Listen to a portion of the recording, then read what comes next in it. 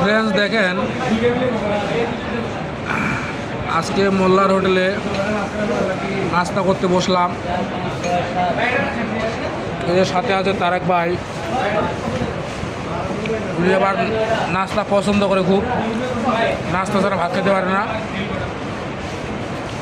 তারপরে আছে বেলাল ভাই, বেলাল ভাইও এই প্লেট শেষ করি খালি করে ফেলেছে। বেলাল ভাই কিছু বলেন নাকি?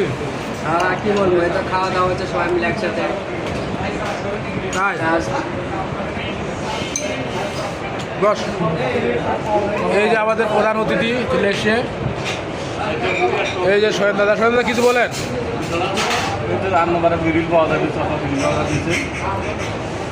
মানে গ্রিল পরে আগে রুটি দিয়ে শুরু করছেন।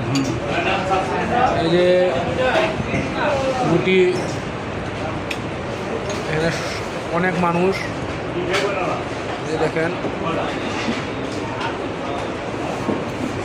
এখানে হোটেলটার পরিবেশ অনেক সুন্দর, মনোরম পরিবেশ।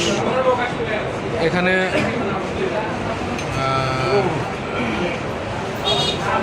এই হোটেলে সবসময় খাওয়া হয়।